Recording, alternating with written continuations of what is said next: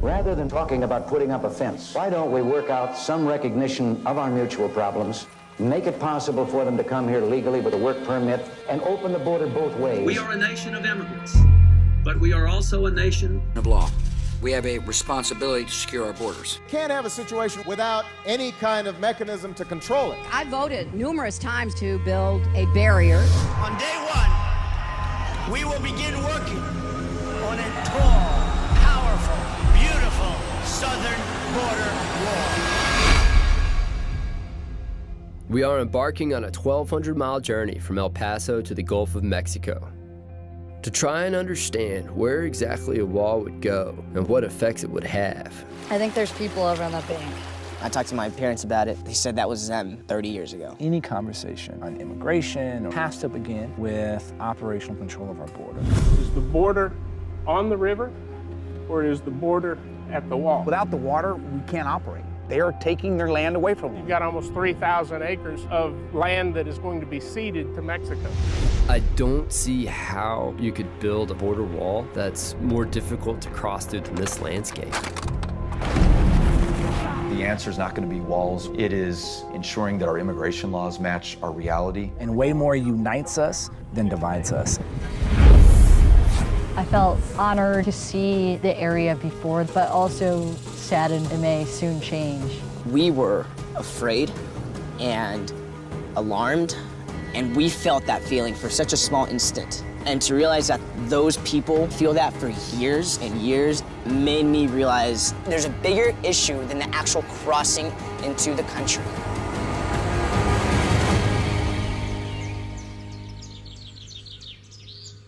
It looks scalable. Good evening. I'm Jen Wostrom. I am a trustee at the Mark Twain Library, and I am very honored to be hosting tonight's program.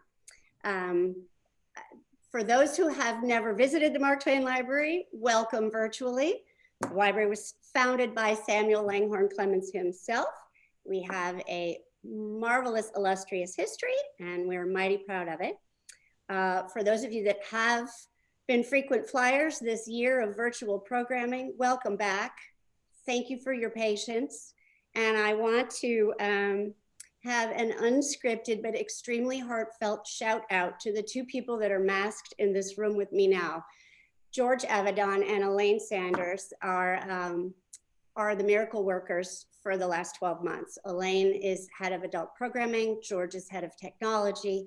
The two had to marry, and they did.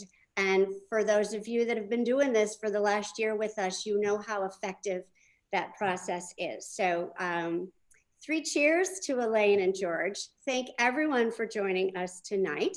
I have a tiny bit of housekeeping.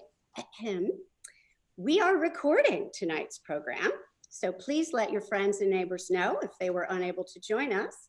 The recording of this program will be available to view in a few days on the Mark Twain Library's YouTube channel. There will be time for questions towards the end, and you are welcome to put your questions in the Q&A function at any time. We are also offering closed captioning, and buttons for both of those features are on the toolbar at the bottom of your Zoom screen. I am thrilled to meet. I feel that I know him after going on a 3-month journey with him, but I'm thrilled to meet and introduce you all to Ben Masters. Ben is the founder of Fin and Fur Film Company. Ben, as you now know, having seen The River and the Wall, is a writer, director, and filmmaker specializing in wildlife and adventure stories. Splitting his time between Bozeman and Austin, Ben, a proud Texan, loves riding a good horse through new country, filming wildlife stories that haven't been documented before, and using movies to help conserve wildlife and wild places. In addition to The River and the Wall, he's most known for Unbranded, a documentary in which he and 3 other fresh out of college young men rode border to border from Mexico to Canada on adopted wild Mustangs. I highly recommend it, and I'm not just saying that. Ben studied wildlife biology at Texas A&M University. He sits as the Wildlife Management Chair on the Bureau of Land Management's Wild Horse and Burro Advisory Board. His films have been recognized with awards at festivals including South by Southwest, Telluride Mountain Film, Banff International Film Festival, Hot Docs International Film Festival, the Equus Film Festivals, among others. He's currently directing a series of character-driven conservation short films. He's the father of a 9-month-old little girl who's already been on a horse. Please join me in welcoming Ben Masters. Also, Redding's own Cindy Meehl and her dog. Cindy Meehl is an award-winning director, producer, and the founder of Cedar Creek Films. Her movie career began in 2008 with the documentary feature Buck, based on the real-life horse whisperer Buck Brannaman and his unconventional, compassionate way of training horses. Buck, Cindy's directorial debut, premiered at the 2011 Sundance Film Festival, where it won U.S. Documentary Audience Award and was shortlisted for the Best Documentary Feature at the Oscars that year. Not a bad way to start as a filmmaker.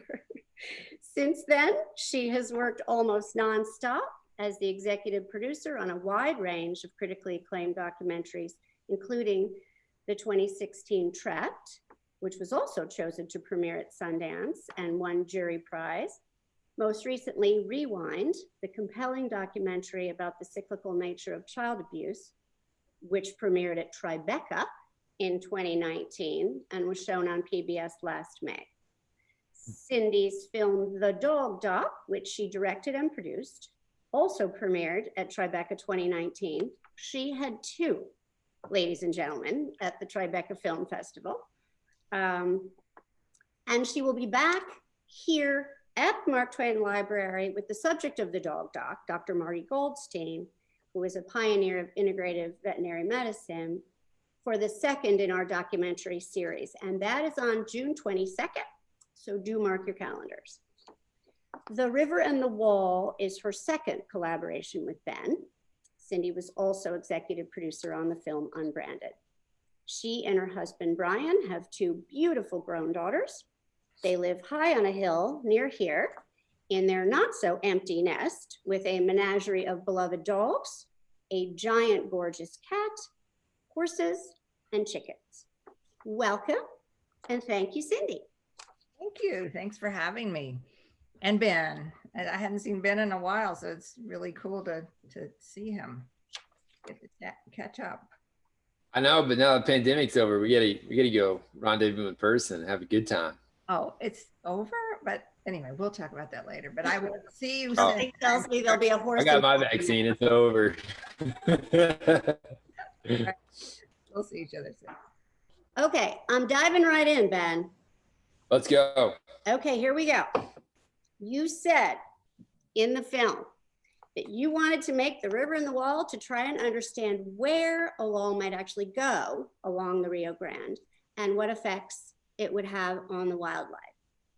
With that goal in mind, did you go recruiting the perfect team? Because you got the perfect team. Each one of them brought so much to the story. How did that team come together? It came together really naturally. The whole movie was really, I'm not going to say rushed because we weren't rushed, but it came together very, very swiftly. During the beginning of Trump's presidency, there was a lot of obvious discussion around building a border wall, and a lot of people wondered, where would it go? How would this actually work? And I felt like for a lot of Americans, it was something that was this far off place where, it was just going to affect immigration. And in Texas, where I grew up, spent a lot of my life along the border, it was a lot different. That was our backyard. That was our national parks. That was our state land. That was our river. And, it just felt extremely personal. And this idea of traveling the Rio Grande and documenting it really extensively, just to make a snapshot in time, is what the idea originally was. And then it kind of grew from there, where we decided to incorporate, not only the landscapes, but also the story of the wildlife and the people. And so I went about gathering a crew. I actually found Heather Mackey and Austin Alvarado. They were both working in Big Bend National Park, one as a river guide, one as a researcher for the yellow-billed cuckoo. And I just randomly met him out there in the Chisos Basin, and we became friends. We floated down Santa Elena Canyon, and I asked them if they wanted to be a part of it, and they said yes. And then Philippe de Andrade is a really amazing wildlife cameraman and just an incredibly skilled human. So I asked him to come along and shoot. I kind of knew he had somewhat of an immigration story, but it was during that trip that I got to really talk to him about, immigration and being an undocumented immigrant for a lot of his life. And that was an experience that was kind of new to me, to have a friend that was so willing to share their personal story. And then Jay Clayburg. Oh, sorry. Yeah, and Austin as well. Yeah, and it just, it was one of those deals where at the time, whenever I invited them, like, I knew they had an immigrant background, but it wasn't really prominent. And doing that journey, I feel like we explored the policy aspect of it, but it was also a way for them to do some self-reflection and for me personally to learn about that. Like, I have no idea what it's like to have parents that grew up in Guatemala where they were legitimately concerned for their life, and to have this dream of coming to America, like that happened with my family 150 years ago. And I can't talk to my grandparents and my parents to see what that was like. Whereas Austin, he lived that, his parents lived that. So that was kind of interesting. And then Jay Clayburg works with the Texas Parks and Wildlife Foundation, and landscape scale conservation is something that's really important to him. And, the river or the border wall was going to go through a lot of different public land entities that he and his family had worked for a long time to establish. So it was personal for him as well. So the team came together really fast. I think Cindy Meehl, again, is a very important component of that team. Right whenever we first had this idea, I called Cindy and I was like, is this a terrible idea? And she's like, there's parts of it that are terrible, but if you do this and you do that, then I think it could be a good film and something worth doing. And really was a mentor for us from day one on the pre-production all the way through looking at the rough cuts and through distribution. So, Cindy's been able to help out a lot of filmmakers, and I'm certainly one of those that has been the beneficiary of her amazing talents. And one thing about Cindy is if she does not like something in the rough cut, she will let you know that it needs to be changed, and you can resist. And most of the time you end up trying it. And most of the time she's right that it does improve the film. I had to learn that a few different ways here in the River Wall and Unbranded. So yeah, thanks, Cindy. But what you forget is when you first told me about it, is I was actually saying, oh, you don't have time to make this film. This idea is going to go away. And I honestly was probably the naysayer in the beginning, saying, because I know that it takes at least two years to get, the film shot and made and edited and everything. And I honestly thought that The Wall was just a whim of Trump's and that it really wasn't anything to worry about. But ironically, by the time you finished the film is when it was at the hottest point of the debate, and everyone was talking about The Wall. So Ben was right. In that case, I was totally wrong. I was like, you don't have time to make this film. No, and you got a guy named Beto O'Rourke, who at that time was probably, I don't know, a congressman from Texas. But then when the movie came out, he was a candidate for president. And did you know that he was going to run when you met him? I mean, he kind of mentioned it, that he was going to run for Senate in Texas whenever we interviewed him. But no, I had no idea that Beto was going to blow up like that. He was just a congressman from El Paso. And that's one of the things that I'm really proud of is, you know, in the film, there's the equal amount of time given to Beto, who's a Democrat, as there is to Will Hurd, who's a Republican. And we wanted to really do our best to have, you know, a few different voices and represent both parties, which is something I'm proud of. You know, we took a pretty realistic look at some very serious topics. Mm-hmm. Well, back to the journey for a second. There were some sketchy moments. There were more than a few sketchy moments with the bikes that you had to carry and on horseback. I don't know. We're going to turn around. I'm 95% sure we could do this, but the 5% has me scared we're not going to do this. How you didn't have a map? I mean, how were you? How did you do this thing then from start to finish? Did you satellite it? I mean, what was guiding you along the way? Sure. So the border, I mean, that's what guided us. And in Texas, the border is the Rio Grande River. Right. And the Rio Grande is the fourth largest river in North America by watershed volume. And it actually starts in Colorado, flows through New Mexico, but the Colorado and New Mexicans, they use so much water that whenever it finally gets to Texas, it's completely dry. And for the first 300 miles, it's dry. So we decided to take bicycles through there because there's no way to float it. And then for the next 2 weeks, we decided to take horses and go through this really remote public lands area around Big Bend National Park and the Big Bend, and kind of get off the river and see some of the wildlife and see some of the landscapes.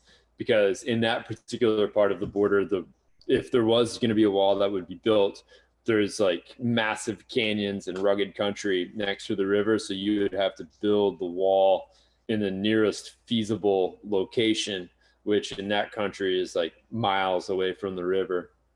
And then at the end of the Big Bend, we decided to do canoe all the way almost to the end, where again, the Rio Grande below Laredo turns, they call it the Rio Grande Valley, but it's actually more of a delta.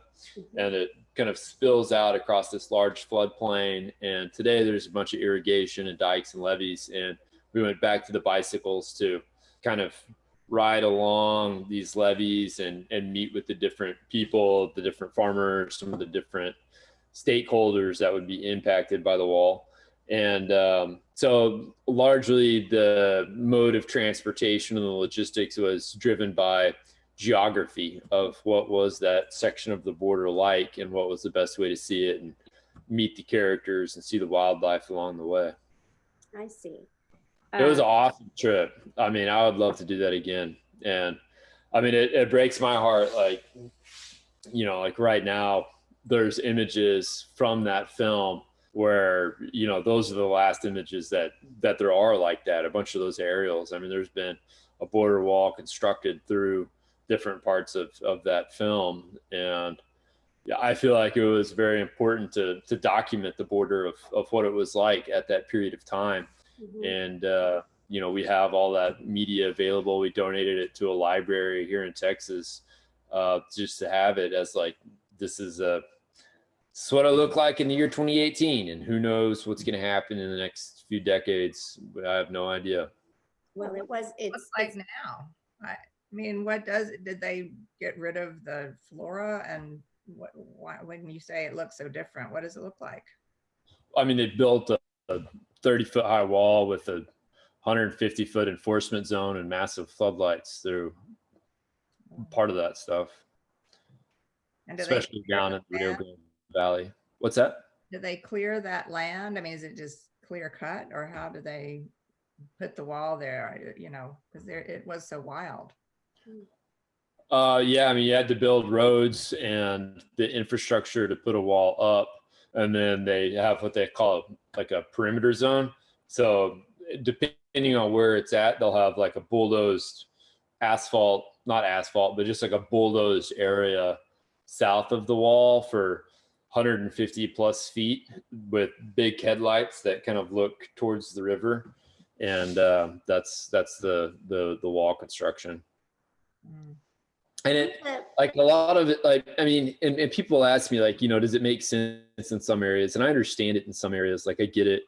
But what pisses me off about it is, like, you have people in Laredo, like the city of Laredo, they saw it coming and they decided that they were going to build a boardwalk wall that was 20 feet high, that had like a running track with a garden on top of it, that it had the same effect of, you know, one that's steel, except for it wouldn't like eliminate the ability for the people of Laredo to actually visit the river, the same river that the city was founded on. And it was going to be like a tourism draw where you could walk along the river, you know, 20 feet high, achieved all the security goals, and people could go and they could run, they could walk their dogs, there would be a park, everything is good. And you just have people that are making decisions about the border that have never really been to the border. They don't know that friendship between the cities. And rather than take this idea that the city of Laredo brought to them, they put up these, you know, 30-foot high structures and just kind of flipped everybody the bird. And there's like a lot of posturing and stuff that has happened with the wall. Obviously, they're not building any new wall right now. And in Texas, there was probably about 40 miles worth of wall that was built, of new wall that was built during the Trump administration. But most of it was constructed or replaced in New Mexico, Arizona, and California, where there's not a river. Can you take us back to another, sketchy is the wrong word, but a suspenseful moment in the film for me anyway, for the audience, was the footage at night when you got separated from the rest of the group and the rest of the group saw people on the other side of the river. And there was conversation amongst the group, you know, is it someone trying to get here? Is it family? Or would it be drug traffickers? And the decision that you all made together, I guess, to call the Border Patrol on them. Can you share a little bit about that night? Sure. So that, to me, was a really important part of the movie to include. And I've gotten some heat from that, because you have some people that are like in the immigration rights community that are saying, you know, shame on you for ever calling the Border Patrol. And then you have other people who are like, you know, of course you should call the Border Patrol. They're breaking the law. And I think that it really shows a lot of the gray area that happens along the border. And the reality is that whenever you see boot prints in the sand, or whenever you see somebody crossing, you don't know, is it somebody that is bringing across, you know, 40 pounds of narcotics that are potentially gonna hook a bunch of Americans and turn them into, you know, heroin addicts? Like, you don't know that. Or is it somebody that is just doing anything possible to have a better chance at life? And that is something, whenever you live along the border, it's a gray area, and it's in a conundrum that you see a lot. And I thought that portion of the film, of that internal dialogue amongst the team of, you know, is it people trying to find a new life? Is it people that are, you know, drug mules? Like, we don't know. And if it was people bringing in drugs, like, we would want to call the Border Patrol. If it was somebody that was just coming across for a better life, you know, we had Philippe and we had Austin that both came from immigrant families. Yep. And I thought that it said a lot that they felt like it was the right thing to do, to call the Border Patrol, even though that's where their family came from. And there's just it just showed a lot of confusion of the different value systems and this gray area that exists along the border. And I thought it was important to put into the film. Yeah, and it happened. And I think that whenever you make a documentary, if you have something that's really dramatic, you should tell it in how it happened and be true to the event that occurred. Oh, I thought it was a very important part of, I mean, it just showed that this was a minute by minute journey. There was nothing scripted. You guys were, I mean, you even got separated. You didn't even know where they were. And so it was a really important, I remember that scene and probably will for a very long time. But you got down there, you got to the Gulf of Mexico. It's a beautiful scene, by the way, when your canoes are hitting the waves of the Gulf of Mexico. You finish your 3-month journey, and then you call Cindy Meehl and you say, I have a rough gut. What was that? What did you see at first, Cindy, versus what we saw tonight as The River and the Wall? Well, I have to say, I think I've done 10 films now, and I would say that The River and the Wall is the most beautiful film that I've ever done, because of the cinematography and Phil Baraboo. Who else was filming? Was Corey filming that as well? Mm-hmm. Corey was, yep. And Ben films himself. He's good. And Philippe also is with National Geographic, and he was filming as well. So you had a lot of people filming. So between all of these cinematographers, the footage is incredible. And I just kept saying, I had no idea.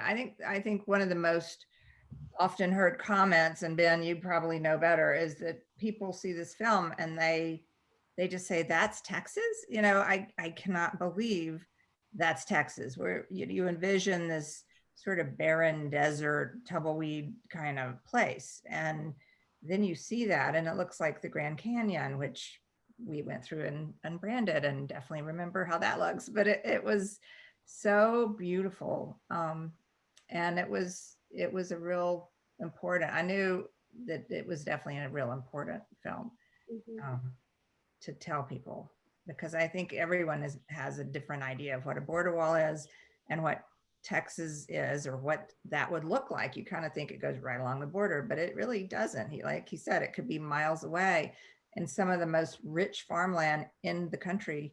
And they do take, I mean, that means you don't have that farmland anymore. So that's why I thought it was great that he had these ranchers and very compelling arguments of these people who actually live there, and that's their land that's kind of being confiscated. So I think there was just, to me, there was so much to learn from this film. You know, I was always noodling to try to cut this and cut that, but I love working with Ben. We have I think a very good working relationship. Since I did Unbranded, he and the guys from Unbranded would call me mom, and I was sort of was acting like the mom a lot, like, no, you guys can't do that on screen or something. So for those who don't know, I am a huge Unbranded fan. Saw it on Netflix, just stumbled upon it, Ben. But for those who don't know, that's when you guys first started collaborating. Ben, did you call Cindy and say, I'm going to ride from the Mexico border to the Canadian border on a wild Mustang with some buddies, and maybe you want to make a movie about it? I mean, how did that one go down? I don't want to veer, ladies and gentlemen, from the River and the Wall. That's exactly how it happened. Because it's the foundation of these two. Yeah.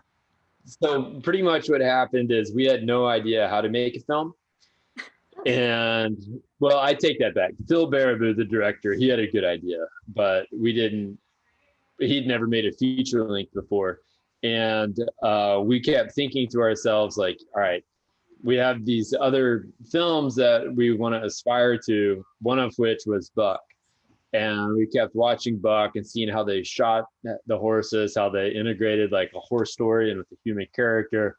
It was just such a wonderful movie that I reached out to Cindy I told her like, hey, here's what we're doing. Would you mind just hopping on a phone call with me? And Cindy was kind enough to do it. I had never made a movie. I have no idea why she picked up my email and hopped on a call, but we did, and we hit it off. What, 22 or something? I mean, 23. I think I was probably 23, 22. Okay. I don't know. But Ben, I'm going to argue with you on this one. I actually I emailed you first because Pam, who was my assistant at the time, sent me that Kickstarter. And I was crying during your Kickstarter, and I emailed to you and said, you know, not for nothing, but I know a little bit about filming horses. And if you want me, you know, to just talk about it. I had no idea. I didn't plan at all to be involved in your film. I just wrote out because I was so moved by what you were doing. I thought it was just beautiful, the Kickstarter, and wow, I'm sitting there crying at this desk. And I wrote to you, and then you called me right away. And so the rest was history. We had 3 long years of getting that film made, which I think was the hardest and most impossible film that you could have ever made. I mean, I didn't think it was even possible, and y'all did it. I mean, well, it makes a trip down the river Rio Grande look like a picnic. I mean, you went from the bottom of the US of A to the top on wild Mustangs. I'd love to do it again. I'd absolutely love to do it again. Well, you reference Unbranded in the River and the Wall, by the way, in a little factoid that I found fascinating, that there is a dual country national park up there. It's half Canadian, half American, US, what is it, 22 acres of shared national park space. And the idea is brought up in the River and the Wall. Why couldn't something like that ever take off anywhere along the Big Bend area, any of those stunning areas? Could that ever be a reality, do you think? I would love to see it become a reality. And the history of that is in the 1930s, there was some pretty big sweeping legislation and establishment of national parks, as well as national forests and other public lands. And that's whenever Glacier-Waterton National Parks, Glacier is on the US side, Waterton is on the Canadian side, they formed the Glacier-Waterton International Peace Park. And the idea was to do that on the Canadian border as well as the US-Mexico border. And the goal was to have this park that symbolized that, you know, not only are we neighbors, but we also share an ecosystem. And try to put together an international peace park in Big Bend. And then as like all the title and all the negotiations were taking place, World War II broke out. And it was just something that was put on the back burner and it didn't get solidified. But there's some really famous letters of correspondence between the president of Mexico and the president of the United States at the time, going back and forth about, like, you know, what would this mean for each other? How would this help international trade? How would this help, you know, our two countries grow? How would it help, you know, the Rio Grande? And every single time I'm out there, I just can't help but just like dream that one day it's going to happen where we can put together this international park that is larger than Yellowstone and more diverse and, you know, combines the best that Mexico has with the best that the US has. It would just be an entirely different way of perceiving the border and our relationship with Mexico. And I would love to see somebody pick up that torch and make it happen. And it's all there. I mean, you've got the protected lands on the US side, you've got the protected lands on the Mexican side.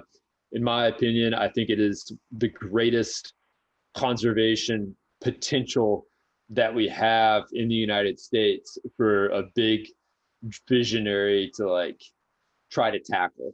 Is there any local initiative happening at all down in Texas? Is there anybody that's trying to? There is. Yeah, there is. There is definitely in El Paso. There is. And then, you know, when we went up, because we actually took this film to Washington, D.C., and we screened it in front of like 150 congressmen and their staffers. It was hosted by the Bipartisan Policy Center.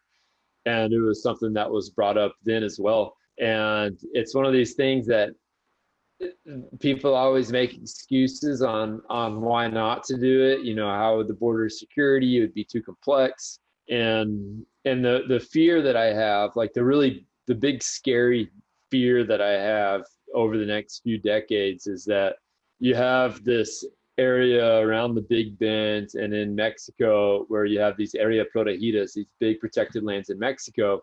Essentially, we already have somewhat of a binational park in the sense that there's like this 6 or 7 million acre area that has very few people and just awesome wildlife. And as more and more border wall is built, what that does is it funnels people into more desert landscapes and ecosystems. And my fear is that, you know, whether it's the next president or the president after that, but this idea that we can wall ourselves away from these crises that are happening in Central America that are forcing people to leave their homes and seek a better life, that if we continue to block that off, it's just going to put an end to this idea of, you know, a shared ecosystem with Mexico or any potential for an international park. And then it's going to change that Trans-Pecos Big Bend region forever if it pushes, you know, like a migrant caravan or, you know, 1,000 people a year trying to cross right there. So, you know, it's, in my opinion, I don't think the ball has really done that much for like 30,000 foot immigration. I think it's shifted people around. It's certainly shifted people into more and more desert environments. But I don't think that as long as there's so much violence and uncertainty in Central America, and as long as the United States remains just this badass, amazing place to live, I think people are always going to want to come here. And, you know, even whenever you look at, you know, the current president versus President Trump, like you have a regulatory change, and just those regulations being changed takes it from, you know, a couple thousand people trying to get across to hundreds of thousands of people coming across. It's the exact same amount of wall that's there. It's the exact same river. It's the exact same thing. And I think that what I hope the film does is it gives a voice to the land that the border is on and what the wall would change, and also to separate this concept that a border wall, a physical manifestation of a wall, is integral to border security or immigration. Because to me, after studying the issues for multiple years, those two things are not one and the same. Well, I know that other people out there are going to be wanting to talk immigration before this night is over, and I think we should go there.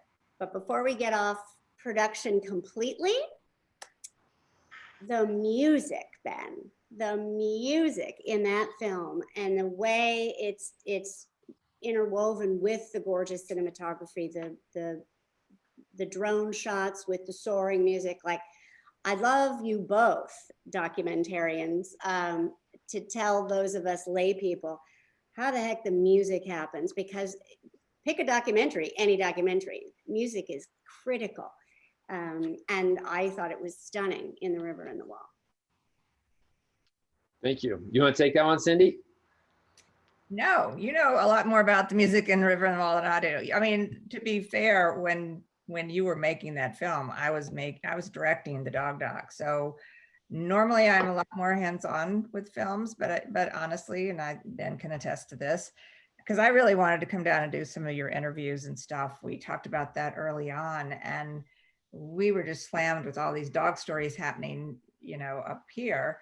and to get from here to there quickly and back when all the action was taking place. And I had crews working here. So I wasn't as involved with a lot of these details. And so the music, I'm gonna let you talk about it. So how does it happen? I mean, he's got all this Sure. fabulous footage, and then. So the way that we made the soundtrack for The River and the Wall is, as we were doing the rough cut, we would lay in tracks of music that we really liked from other movies as temp tracks, and then we would kind of cut to them, and then that way we could get what you call a picture lock of, all right, we're not gonna mess with anything else. Like, we're pretty much done fiddling different interviews and B-roll, etc.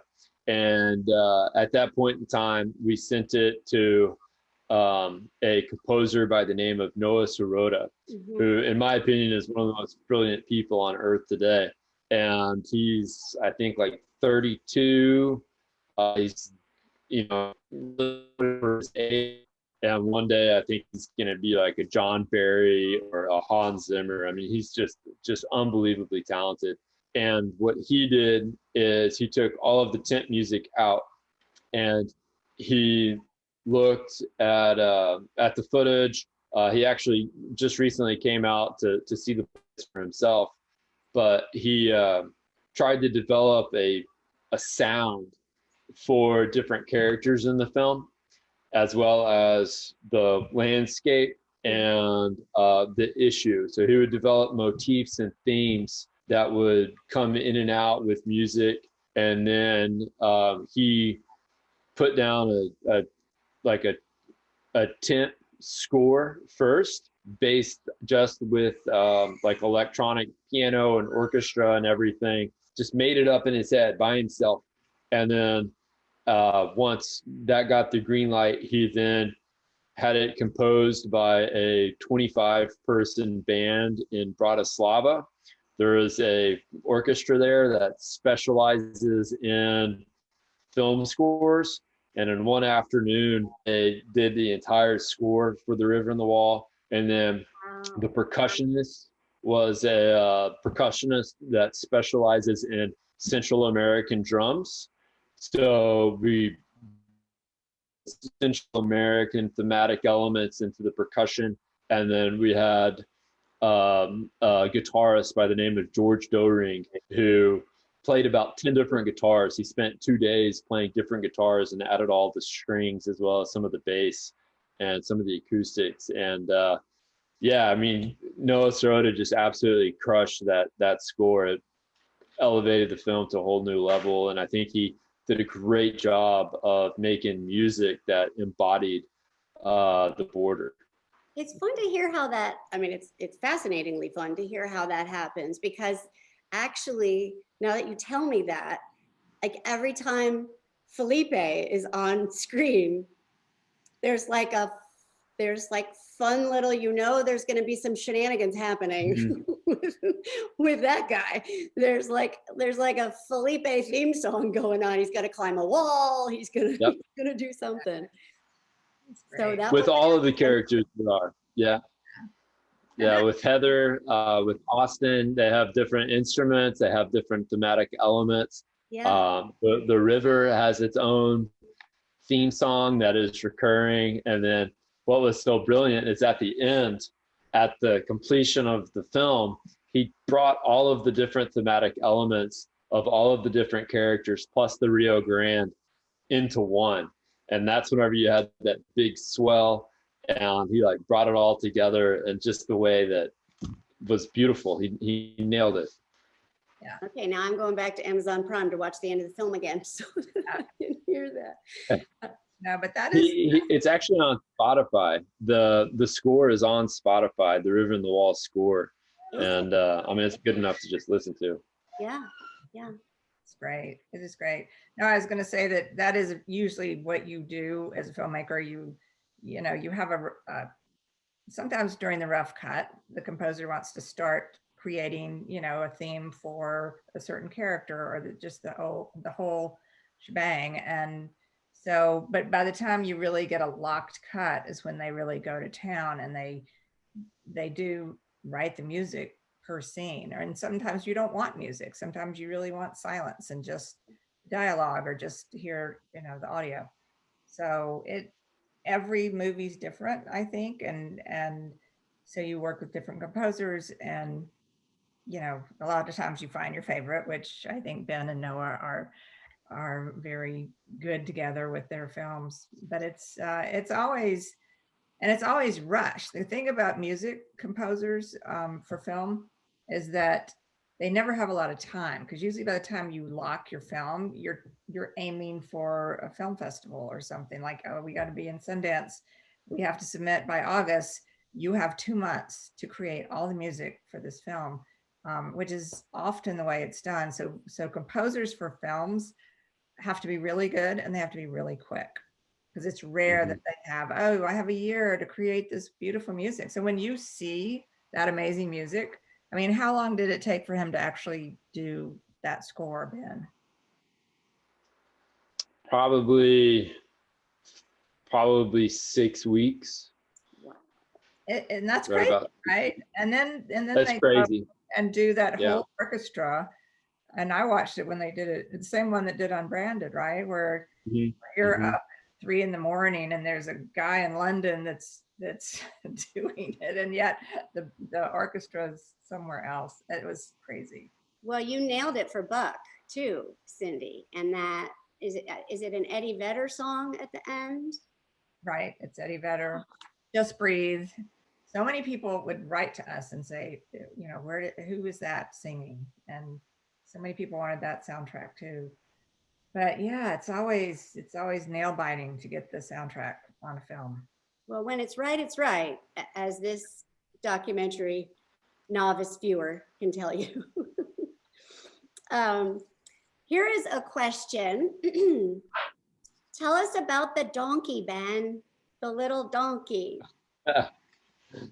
So the little burro, her name's Donquita, and she happened into my life during the Unbranded trip. It was actually Ben Thamer that adopted her mid-trip, and I thought it was a terrible idea, but it turns out that she's just like the queen donk, and has been living with my horses and kind of hanging out in my life ever since then. And it was one of those deals where we had big adventure up our sleeves, and it seemed like the right thing to do to throw the donkey in the horse trailer and let her tag along. And I think that's the case. I think she added a lot of character and comedic relief to the journey and to the film. So it was a good choice to always bring a donkey.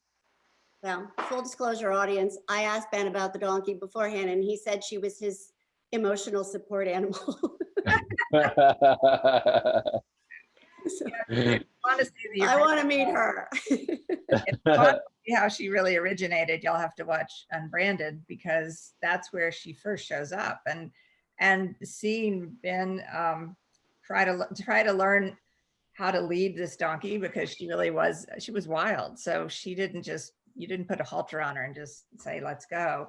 So that's one of the funniest scenes in Unbranded, I think, is when Donquita shows up, Ben Thamer and Donquita. And so yeah, watch Unbranded.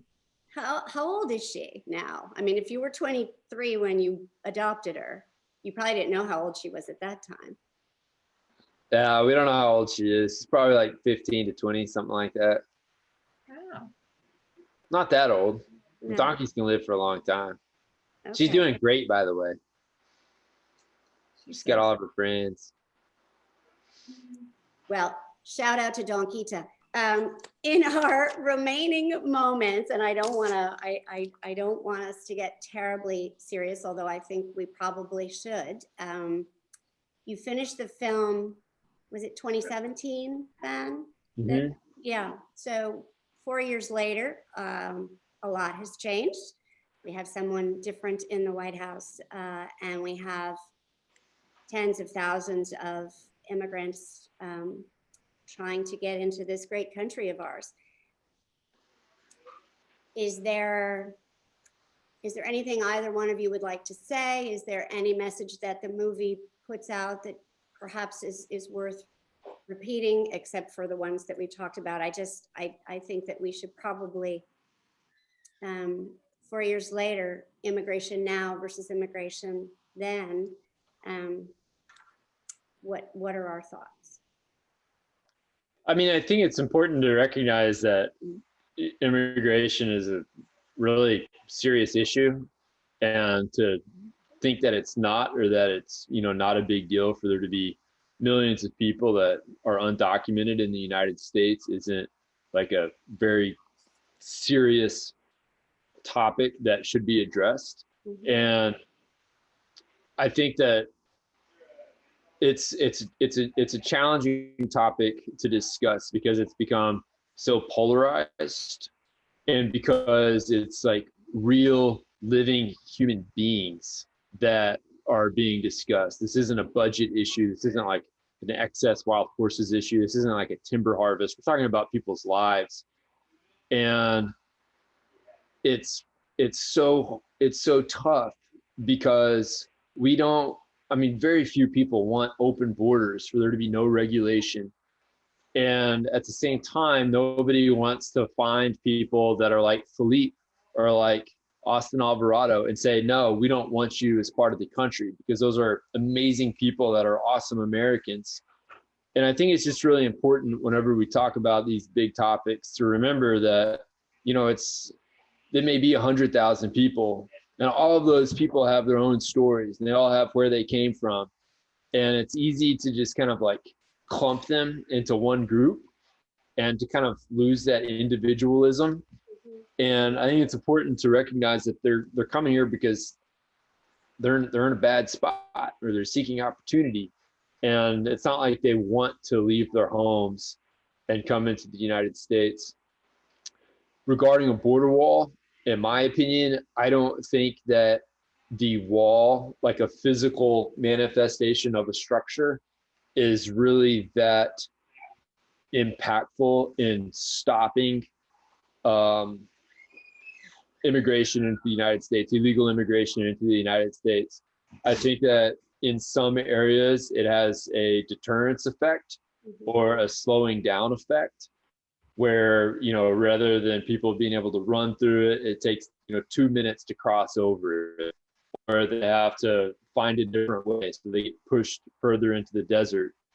But, if you look at President Trump's policy, he was very, very strict on, you must stay in Mexico. There's not going to be any amnesty, like really cracking down on the amnesty program. And then President Biden, he came in and he immediately lifted the amnesty protocols where they could find amnesty in the United States. They didn't have to remain in Mexico.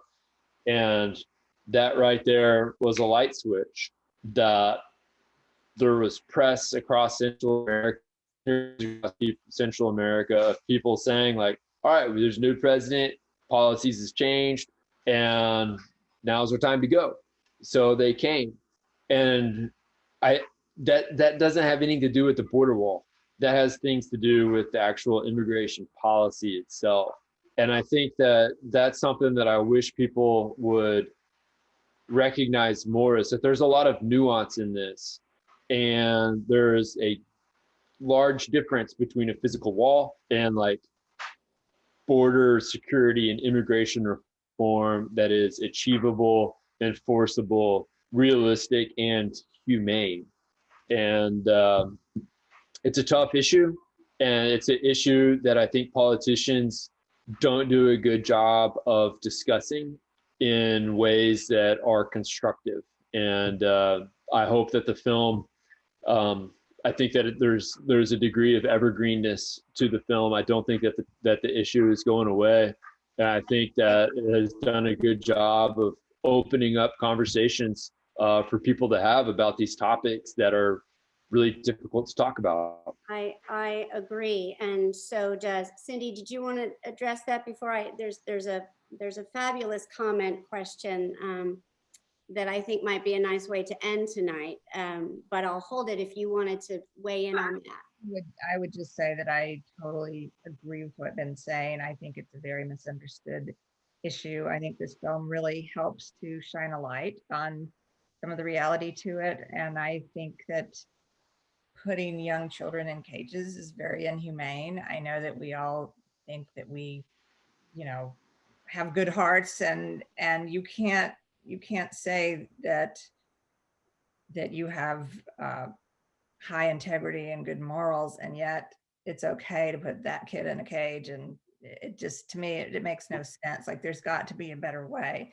I understand that, and I have relatives in Texas too that really are not for any immigration, and I understand what they're saying, but it is a very complex issue, and let's try to figure out a way that it can make it safer for people to stay where they want to stay in their own country. It's not like they want to leave their house with no belongings and come over the border. I don't think that's their first choice, but I think that sometimes they don't have many choices. So it's a conversation.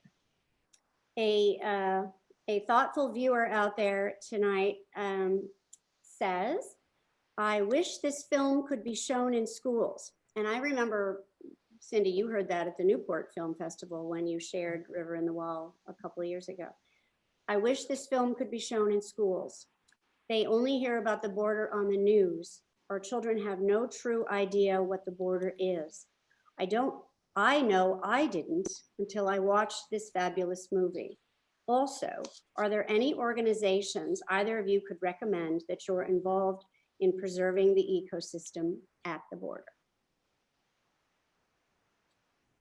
First off, thank you for whoever wrote that question. That's I too wish it could be shown in schools, and we've done quite a few university screenings, and I think that she touched on a really important point of we tried to show the border as a place to be celebrated. I think that so often it's talked about as this line on a map that is expendable and not part of the United States, and like.